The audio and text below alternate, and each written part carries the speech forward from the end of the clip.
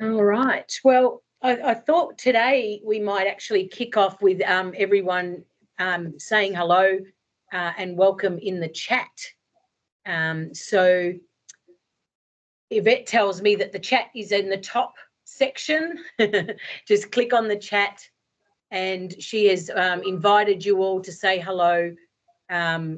Put your name in, what company you're from, and perhaps how many sites you have, because that will also help Michael today, target his, answers to you. So welcome, everybody. While you're all typing a few things, my name's Helen Alpha, and I am the National Membership Manager here at the Franchise Council, and we're very excited to bring you our second mentoring webinar in the series. And today it is hosted by Michael Black from Success Tutoring. So Michael, I think I've known for over a year and a half now. Met him at one of the franchising expos where he was wandering around, getting some learnings, getting to meet people and finding out everything about franchising, because he's got a very good story to tell us today. So a little bit of background. Michael, can you tell us a little bit about your background? Yeah, sure. And thanks everyone for joining. I know everyone here is very busy, and it's great to have you on the webinar today. And I hope today's webinar is very informative for you and provides you with a lot of value that's practical for what's very important for you this week and also for the coming months ahead. We're already in the half of the year, so hopefully you've been, kicking goals and really smashing it. So my name is Michael. I'm the founder of Success Tutoring. Success Tutoring started 7 years ago, and I started the business in a spare room in my parents' house. And I did that straight out of high school. So a bit of background about myself. I went to a school called Patrician Brothers in Fairfield, in Sydney's western suburbs. I then completed a Bachelor of Commerce, majoring in management and commercial law, in which I ran the business while I was at university. So during my time, while I was at university, I ran the business and it really exploded. We found that we were getting a lot of very good results for students. Parents were very happy. Word of mouth spread quickly. We had people from all across Sydney actually coming to my parents' house in Bosley Park to receive the service. And while I was at university, in my first and second years of my studies, I ended up signing 2 leases, 8 months apart, and opened up 2 locations, which weren't too far from there. So at that point, we had 3 sites while I was at university, running the business that way. So a bit of background in terms of how I sort of got into tutoring. It was kind of by accident. I mean, straight out of high school, I just thought I'd probably want to do a bit of tutoring just to make a bit of extra money. But I quickly got addicted to the business side of things and helping students succeed. So it just kept going and I never looked back from there. So it's been a really exciting journey so far, and I'm excited to obviously share with you a little bit more about my journey and how it relates to you and how starting something sort of from scratch there and building it. What are some of the key learnings? So thanks for having me all. Yeah, excellent. Thank you, Michael. So on that note, I guess, how did you transition your business to a franchise? Yeah, so I guess when I first sort of started the business, I wasn't planning to franchise it. It was just sort of something that I really had a passion of and I really enjoyed. But then I noticed that I really enjoyed creating processes and efficiencies in the business. So then that created some systems and processes. I think early on as well, having more than we had 3 sites at once, quickly taught me that I needed to create a lot of systems and processes associated with running the business. which lent itself to being able to franchise it, because franchising is all about systems, processes, and the way that you streamline certain things, right? So yeah, did that, and yeah, it was pretty hard, franchising it, because actually we had the 3 sites, and when I started franchising, I think I was 20 years old. Let's try to franchise. Wow. 21, and it was very hard because I had a lot of limiting beliefs for myself as well, because I felt like, oh, like I'm too young, no one's going to want to buy a franchise from me, or like the business isn't good enough, blah blah blah. So I had a lot of limiting beliefs, and I had to sort of try to get myself out of that. It took me about 8 months to sell the first franchise, and the person that actually bought the franchise was a ex-teacher of mine, which I somehow convinced to buy a franchise. From. So that was great, and he had a lot of belief in me, and so it was more of a as opposed to having it like such a good business model and all that sort of stuff, which I definitely believed, and I still believe. But I'll tell you a bit more, because we did change the business model since then. But I think it was more about the relationship that I built with that person, and the fact that they trusted me as a person. I think that's a very common theme as well. When someone asks me that, they're looking at franchising, I say to them, it's all about relationship building. It's not about the business. Like, the business system that you have is very important, but if you're signing up your first 1 or 2 franchisees, it's just about relationships. I mean, if you've got that strong relationship with them, you'll make it work. And yeah, that's something that I sort of learned, very early on. Yeah, excellent. So on that note, thinking of processes, systems, let's sort of like do it a bit step by step. What were the initial steps that you took to prepare for franchising? Yeah, I think operations manual is very important. Having that solidified is really, really important. We spent many days and nights building the operations manual, and it was at that point, when we first started franchising, it was about 110 pages long, which was quite detailed. For us at that time. Now we've got documentation of hundreds of pages all across the organization in different areas, operations and all that sort of stuff. But it was really about creating the processes and the procedures initially, and then also doing all like the legal stuff, such as like the disclosure statement, the franchise agreement, picking a good lawyer to draft the franchise agreement. I think at that time we just picked the most reasonable priced lawyer. We didn't think about picking the best lawyer at that time as well. That was something that we did, because we're a new business, right? Bootstrapped, no investors whatsoever. So it was all bootstrapped. So we just gave it a shot, and just Okay, that sounds good. So then I guess you said your first franchisee was an ex-teacher, but how do you identify and select your franchisees? Yeah, so for us, just a bit of background for everyone to know what we do, right? So we do tutoring. So we offer tutoring services, but the way that we offer tutoring services is on a membership basis. So it's like a gym. So what happens is, a parent comes in, they bring their child, they come in for an assessment. After they've done the assessment, we build a personalized program based on the Australian curriculum. So, and our business model lends itself very similar to like a subscription-based model. So it's like pay per week, no lock-in contracts. We have an app that allows parents to, to book sessions and all that sort of stuff. So that's sort of the bit of background about what we do. What was your question, Helen? Can you repeat that again, please? Yeah. How did you pick your first franchisee? Like, how do you identify who would be a good franchisee? Yeah, okay, cool. So the thing is, right, with our business, it's all people focused. We've got great systems, processes, resources. It's all based on the Australian curriculum, right? But it's all people driven. So for us, it's about selecting the right people.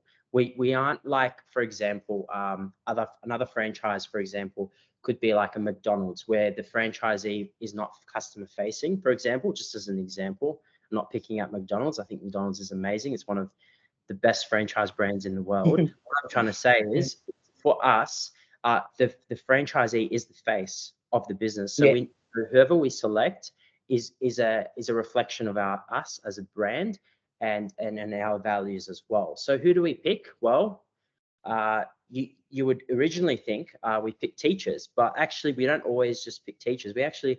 Most of our franchise partners are not teachers. They're actually mums and dads working full time, wanting to get out of the 9 to 5 and be their own boss. Almost all of our franchisees have kids that are in primary or high school. So they know the struggles that parents go through. They know the struggles that students go through, so they can relate.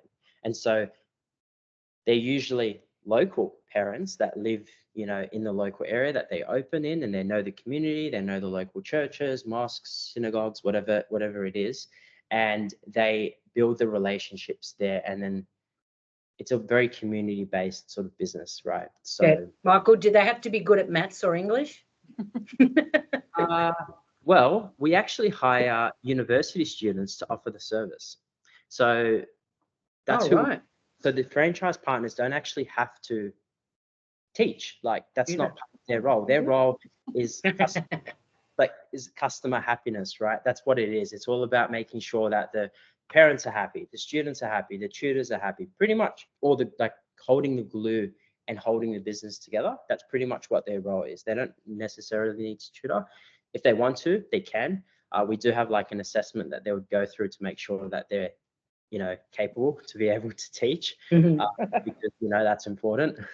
But yeah, with our uni students, actually, we look at their results, like their ATAR results, and we can tell immediately if they're good, if they've done well. But we also assess them based on their interpersonal skills, so their ability to communicate information in a good way. Because and I'm sure many people here can relate to it. I'm sure when you were at school, you know those students that done so well in high school, but they just can't explain it. Like they're very to themselves, they can't actually explain. So we don't just look at pretty much just the results, but also their ability to communicate that information. Yeah, excellent.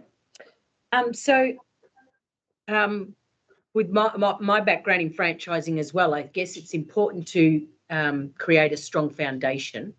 So I guess it wouldn't be without challenges. So why don't we go out and ask you now, what were the key challenges that you faced, with your first few franchisees, and how did you overcome them?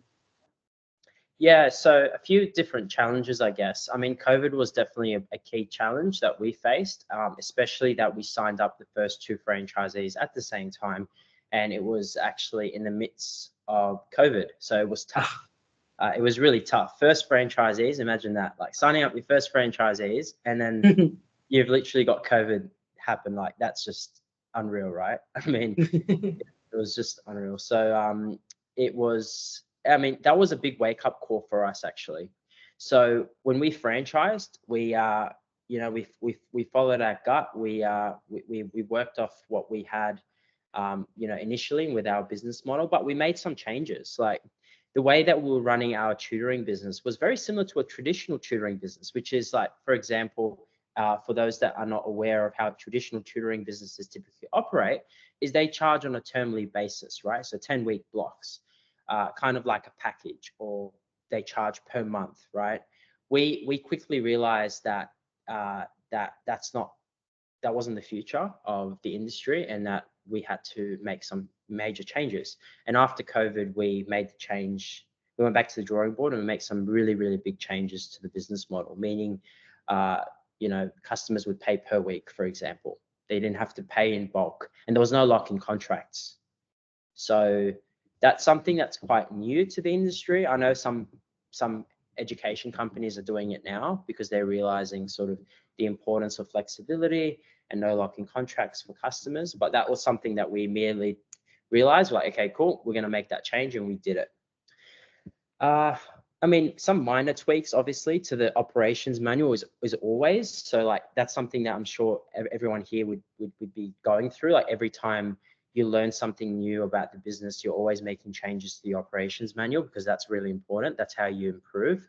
And the more that we've grown, the more we've realized the power of franchising. Franchising isn't just about having a really big brand and everyone knowing about it. There's actually a hidden power behind franchising that I've recently realized, and that is you can learn from each other. Everyone runs the business in different ways, slightly, not by a lot, but slightly run it in a different way, and you can learn. And so when you learn, you collect that data, and then you're like, okay, cool, this works. Now we can implement it here, we can implement it here. So you create your own sort of knowledge base. And I think we're always going through challenges, because challenges makes a business even greater. And I think by being able to learn from those challenges and learn from those mistakes and improve, you can continuously improve, right? Because when you stop improving and you rely on what the business has been doing for many years, what ends up happening is someone else will sort of take your position in the market, I guess. Like it's very harsh, but that's the reality. So that's pretty much what we've learned so far. Excellent. So I'm just thinking of like the support that you would give, a franchisee. How important is a support system to a franchisee? So depending on how many locations like you've got, I guess, I mean, support is obviously important, right? But the way that you provide the support depends on how many sites you have, right? So I guess it'd be good for everyone just to put their name and then just maybe write down like what company they're from and then how many sites you have, because that will give me a better indication, I guess. I think some people have already done that. So Bedshed, 38 franchise stores. That's amazing. Yeah. Okay.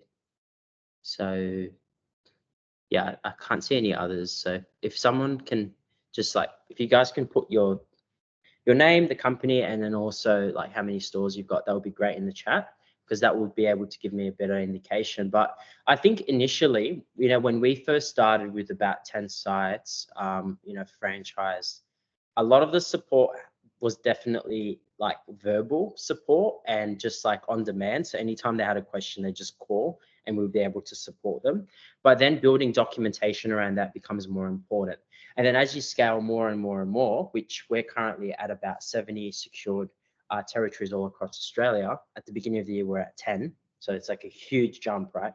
We've had to make a lot of changes, right? So some key change that we've made is we've got now an online training a platform which has videos, questions, assessments, and things for them to complete, right? We've got a shared operations manual where everyone can access with links that links to like all the main portals and things that they need access to. So it's like a knowledge sharing database where they can just go in and the answer is there for them, okay?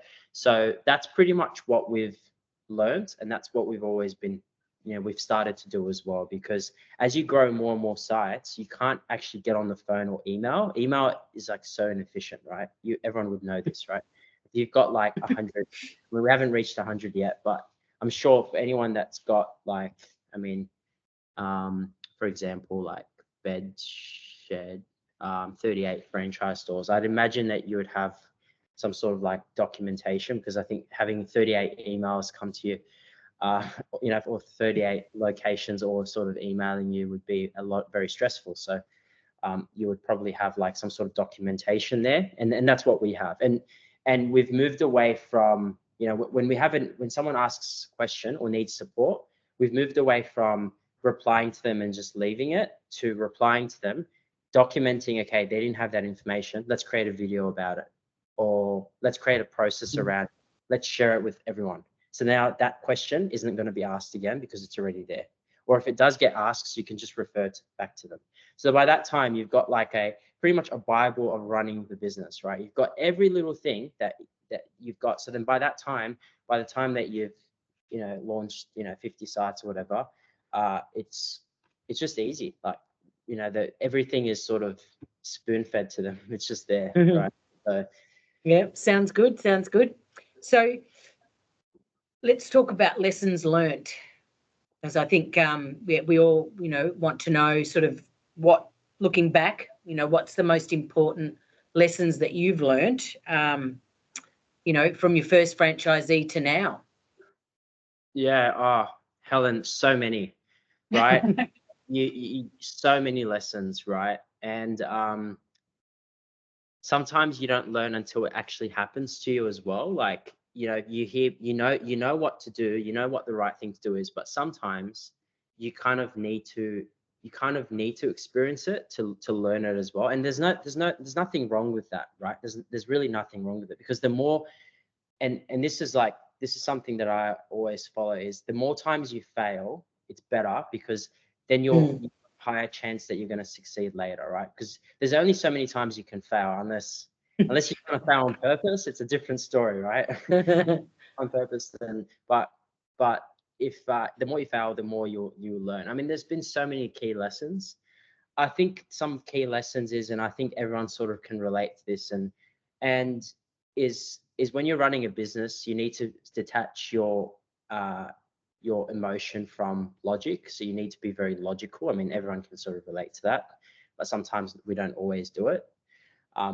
That's one thing. Another thing is, you learn this as well as you continue to grow, is not everyone thinks the same way you think, and not everyone is fair. But you as a franchisor need to be a fair and just judge. You need to think of yourself. You've got a lot of power, right? As a franchisor, you have a lot of power. Don't think of it like that you don't. You do, and you need to use that wisely, and you need to make sure you're just and you're fair in your decision making and ethical in all decisions that you make, because the franchisees that you have are the most important piece of the whole puzzle, and they form the foundation, right? So that's something that that I know, and that it continues to be reaffirmed in me, because I understand the importance of it. Okay. So yeah, but yeah, I think being fair and firm, I think being firm as well is really important. Because if you're not firm, then what's going to happen is we're just going to walk all over you. And when I first started the business, I was very naive as well, in terms of like that everyone's like going to be nice and all that sort of stuff. But that's not the reality of the life, unfortunately. There are some people out there that are just weird, right? That you just why are you doing that? Like you don't need to be like that. Just be nice. But that's not the world that we live in, right? So you got to also realize that, and then think, okay, you're running a national business, right? Because you're either a C-suite executive, right, which everyone here, most people here would be, or you're a founder. You've got a pretty tough role, and you got to obviously, and you also got to delegate your time, and you got to make sure that you're using your time wisely. So you got to be very firm with your time as well, because some people are just going to be like, they'll just take you for a ride. Yep. Good honesty. Any other lessons? I think persistence always wins, and I think stamina. I think if you've got stamina, you'll always be the last man standing. I think that's well. So it's not necessarily being physically that's correct. Yeah, so that's right. So you don't always have to be the best, but you have to be the one that's willing to stand the test of time. And if you're able to do that, you're able to achieve great things. Yeah. Excellent. There's some good lessons learned. I like your thinking there. Very good. So let's talk about success. Like, how do you measure success of your franchise? So because we're a growing brand, one of our key measures of success has definitely been the number of new sites that we've launched. Okay. In terms of number of territories secured, number of franchises sold, and number of opening the sites that have actually opened. They're just a bit of high level sort of stats. I mean, as we continue to develop, I think franchise retention is going to be a very important part. And I think some of the more established brands here would know that retention is a key, right? So I think that's pretty much the key thing, really, about that point that you phrased. Yeah. Retention, yep, absolutely. So thinking of like scaling up, can you just run us through your numbers at the moment? So how many actual franchises are operating currently? Yeah, sure. So we started the year with 10 sites, and now we're on track to reaching 100 by the end of the year. Now that's not 100 opens, okay? We're estimating that we'll have 40 open by the end of the year, and then we currently have 70 secured territories all across Australia. So Territories, excellent. Wow. So we've learnt that as you continue to grow as well, there's a and then when you scale at a really fast rate, what happens is the gap between the number of locations that you've sold to the time that it takes to open is really big. So, it's, because that's just how it works. Because as you would know, it takes a long time finding a location, setting up the marketing and all that sort of stuff. Yeah. So that you're in the midst of scaling up right now. Yeah, that's right. Yeah, that's right. So we've seen a lot of very strong interest, and there's been a lot of really exciting franchise partners that are really excited to work with. They have very strong connections like with their local community, which can bring success tutoring to their local community. We're a very localized business, right? So it's all about building the relationships with the families and going from there. So. Okay. So I guess, like, what sort of advice would you give, to other franchisors that are, starting to scale up? Whether they're, there's some that are 0, there's some that are 5. What's your main advice? Yeah, so getting to 10 was very hard, actually, and then getting to 15 was a bit easier. But then going from 15 to anything more than that just became much easier. The thing is, so getting to 10 was like... Lisa said just like having kids, but anyway, I wouldn't know. The more kids you have, the easier it is. The more kids you have, the easier. So it's just it just gets easier as you get more. I think it depends on the efforts and the marketing efforts that you put as well to the franchise recruitment side and the efforts that you put in. I mean, I made a decision last year to stop focusing on operations and just focus on franchise recruitment. That was last year. That was the beginning of last year. So that's a year and a half, right? And we've only started seeing the impact of it towards the end of last year. So it took about 11 months for the change to actually occur.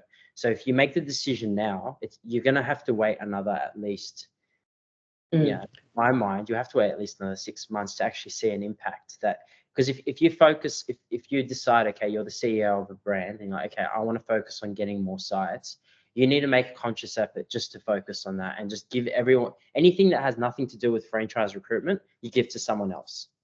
And then you just focus on franchise recruitment. If that's the sort of scale you want to achieve, that's how you want to do it. And that's been the focus really. So just delegating the tasks that you don't want to focus on and don't want to do, and just focus on the growth. Because the way I see it as well is the success of a franchise is dependent on, I think, 2 main things really. I think one of them being, how many sites, and then also the revenue, like those 2 things. I think in terms of the growth and creating value in your organization. I mean, franchise profitability is important, and obviously franchise head office profitability is also important. But I'm just talking about pure growth of a company. If you want to see, forget the expenses of HQ or whatever. If you just want to focus on growing the value of the company, it definitely has to do with providing, creating more revenue and then more locations. So the more locations you have, the more revenue, right? So that's, I guess, the main thing I would say. So you just got to make a conscious effort, and then that's a decision that I made last year. I just said, okay, we've got to grow. We've got to continue, growing. We've been sitting at 10 sites, for a while now, and COVID hit. It really affected us. So we're just like, okay, cool. Let's get the ball rolling. Yeah. I've got just a quick question. Like, how many of your franchisees are multi-site, multi-unit owners? So most of them are single at the moment. We have received, and as we continue to grow, we've seen a more uptake of multi-sites as well. Yeah, so in terms of numbers, I'd probably say about 30% would be, close to 30% would be multi-site. Right. Yeah, and then the rest being single site operators. Excellent. Well, we might actually open it up to everyone to ask a few questions in the chat, and then Yvette can, or you can unmute, to be honest. You know, it's a small group today, so unmute, ask a question. Yeah, that would be great. I'd love to hear from some people and just maybe have like an open discussion about this and just see, maybe even if you don't have anything particular, maybe just mention like what your sort of goals and objectives are for, you know, because it's towards the end of the beginning and the financial year. So obviously you probably have different goals as well and that sort of stuff. We can have a bit of a collaborative chat, I guess. People are typing. I'm curious, in terms of your scaling, what's been the most successful strategy for recruiting franchisees? I think for us, digital marketing has been a very powerful tool for us to attract leads. From a franchise recruitment side, I think having a very good process in terms of how to actually walk like and do the due diligence from their end and from your end, like having a very fair discovery process around signing up a new franchise partner, because you're not actually selling it, but you are at the same time. It's a bit funny, but you also need to make sure you're selecting the right person. So it's a very sensitive sort of sales process. It's not like selling a car or selling a house. I mean, you sell the car, you sell the house, they've got the house, right? And then they can sell it again. But when you're selling a franchise, that it stays with them, you're changing their life, right? It's no longer buy this car, it's great, and then that's it. It's not like that. So one of the key things has definitely been having a good discovery process and just making sure that we walk them through the whole step without making it feel like they're being sold to, but at the same time without actually selling to them, because we can't sell to someone if they're not the right fit. So you got to select them. So it's a bit of a fine line. And then the funny thing is about this as well is you can't, the thing is, you also got to hold some information, but if you tell them too little, they're not going to be interested to continue the conversation, right? So I think some people here would relate to this, right? So that's why you've got to create a lot of hype around the brand. So you got to make them, you got to have like a lot of content as well. So yeah, just publishing a lot of like content on YouTube, on Instagram, on Facebook, so people can be educated about the business. So when they do, you know, have the first call or second call with you, they already know a little bit about it. They've already got that, you know, they've got that itch, you know, under their skin to want to actually make a change, you know. So you're doing less selling but more discovering, I guess. Yeah, good. And Yeah, is good the question, main good answer. and is the main channel you using Facebook or Instagram or both? You know, Yeah. which channels are working for you best? Yeah, we use Facebook, Instagram. We've used different platforms, and they all work. They all work. It's not. I don't think it's about the platform as such. I think it's the way that you deal with the leads. So any lead that you get, regardless if you get them through Facebook, Instagram, through Google, or through any of the directories that I'm sure everyone here would be aware of. Some, you know, out there in the franchise space, there's many directories that you can see that you can sign up to on a monthly retainer, or whatever the case may be, or even a pay per lead arrangement, and you go from there. So of course, the quality of the leads that you're going to receive on those platforms, rather than running Facebook ads or Instagram or Google, are going to be much better, the directories, because people are actually actively shopping for a franchise. Whereas if you go for like Facebook, you're going to get a lot of really crappy leads. So you just have to make sure you have a very good funnel on exactly what you're going to do with them, because otherwise you're just going to be wasting a lot of money on leads without actually doing something with them. So we have a process that we go through. So when a lead comes through, they get a text message, they get an email, they get follow-up emails, like all that sort of stuff, because we want to maximize the use of the lead. Yeah. So yeah. We've got a question here that just came to us. Like, who are your mentors? Yeah, I've got a few different mentors. So mostly all like online these days. So They wouldn't know.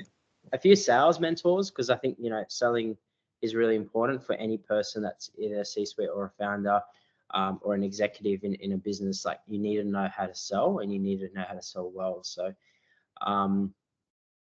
I can't remember his name. I'll have to search it up and then let you guys know. But yeah, actually his name is Jeremy Miner. So he's an American guy. He's just like really good in selling. He's got a book as well, which is called The New Model of Selling. I recommend that book. That was good for me in terms of selling. In terms of mentors, yeah, we've got a few different mentors. I think a question was just asked, how do you find them? Oh, how do you find mentors? Well, you can pay for some, or you can you can pay for them, which is what I've done, and it's always been worth it. It's always been worth it, even if they don't have much to say to you, and you don't. Yeah, they can connect you with the right people as well, especially if they've done what you are trying to achieve. They're really important, So,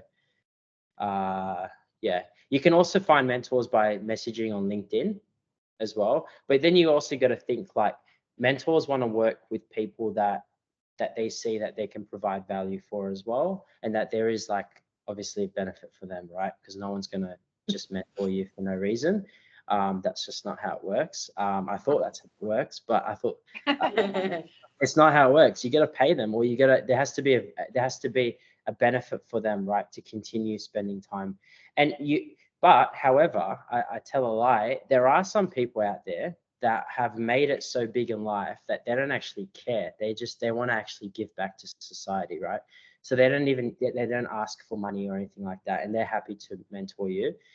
There aren't too many of them, but there are, and they are gems. And when you find them, they're very good. So I'm talking about people that might have been like, directors of, very large companies that, they're not looking to do the money. It's more like, and they're usually retired people that are just looking at providing value as well. So yeah, that's my 2 cents. Yep. Is there any other questions there? No other questions. I think you've just answered how you find your mentors.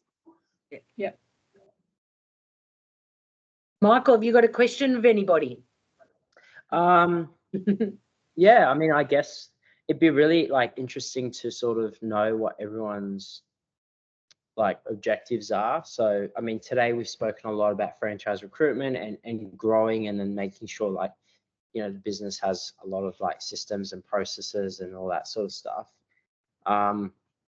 Yeah, I don't know if we can do this. I put some people on the spot, but if we could go around and maybe you can tell me like what your goals are for this year, maybe, or something like that, and maybe what sort of worked for you this year and what you're looking forward to, what you're trying to achieve. I think that would be good.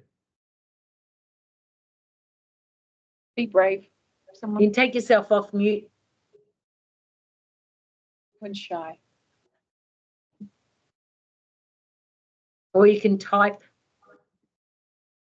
Yeah, I think it's always good with things like this to be like, for a lot of people to sort of engage as well, because I think it will provide you with more value, because then we can sort of like be able to, share ideas and talk about things, rather than you listening to me all the time, because yeah, I can imagine how how it would be like for you.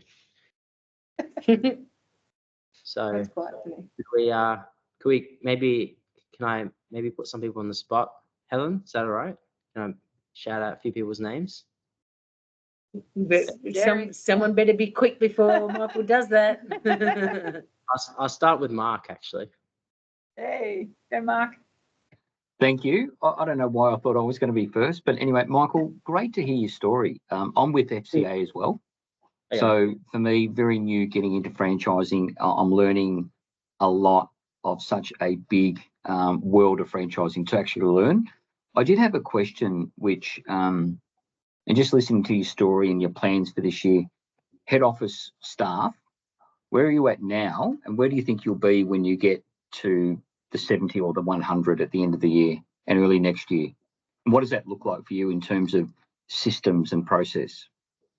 Yeah, great question, Mark. And good to have you and welcome.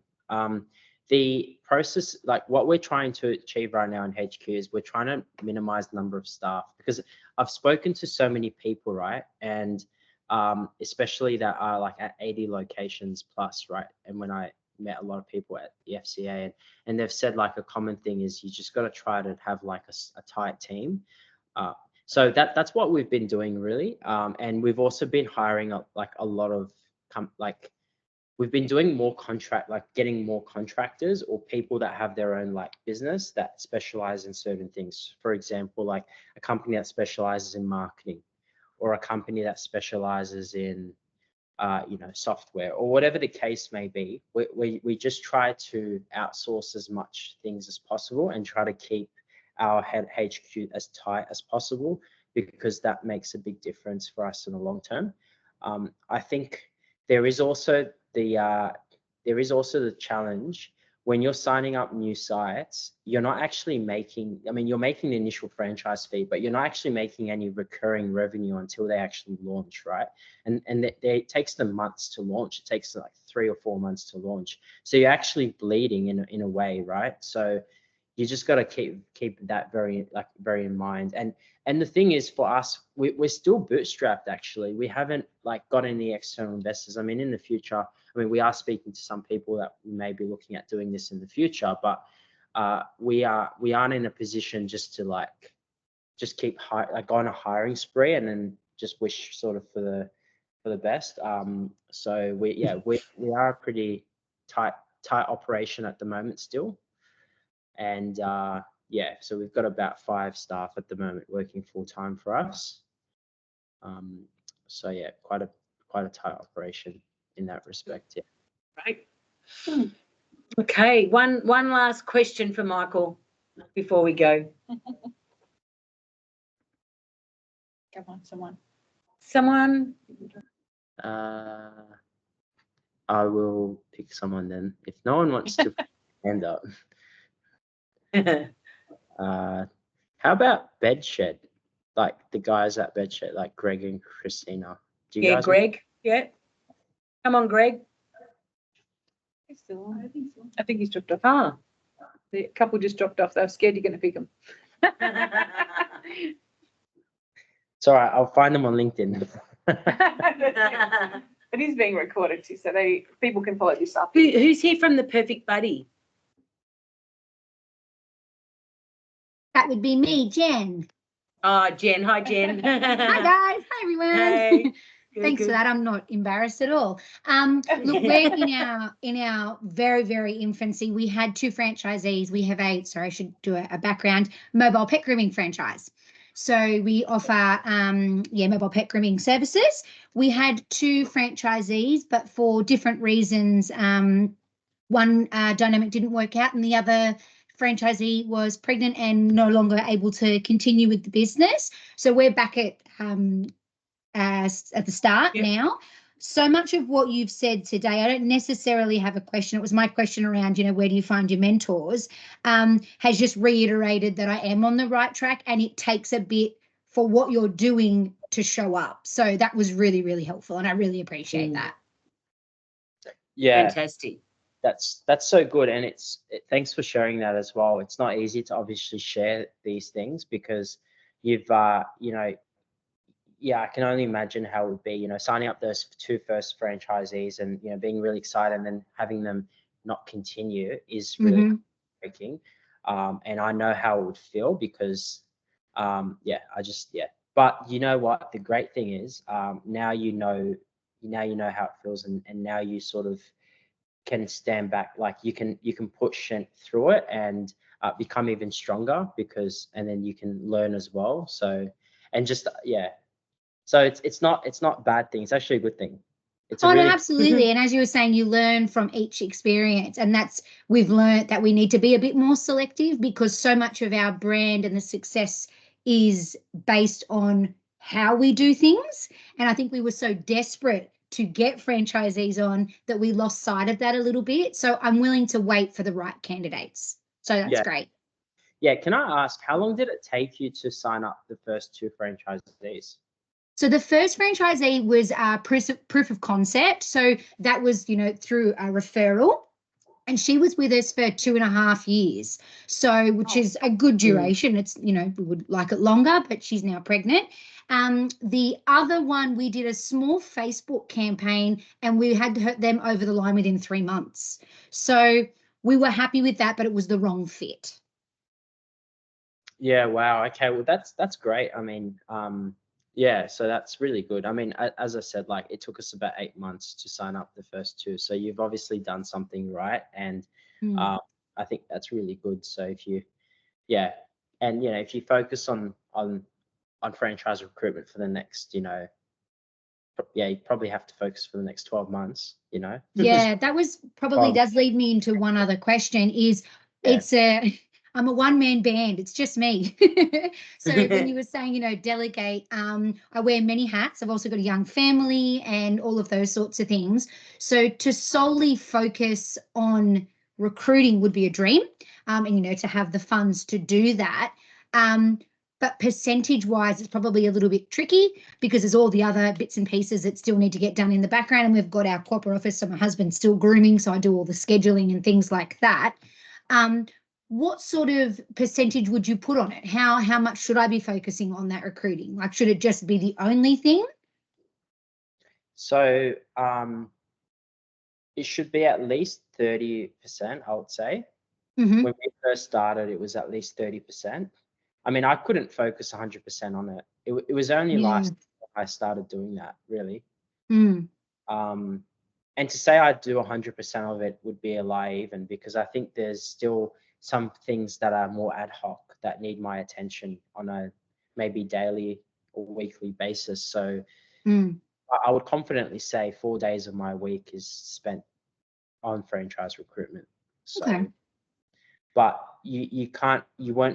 and understandably, you can't just go from 0 to 100 and just do 100% of franchise recruitment, because you need to do other things as well. I mean, franchise recruitment, you need to do marketing, and it's not just paid marketing, it's also organic. Like you need to get a videographer to come and film you grooming, for example, like the dog grooming, and then there needs to be content around that. So then so you need to build content as well. So that's what I was doing. So I was like speaking to the marketing, how can we get more content out there?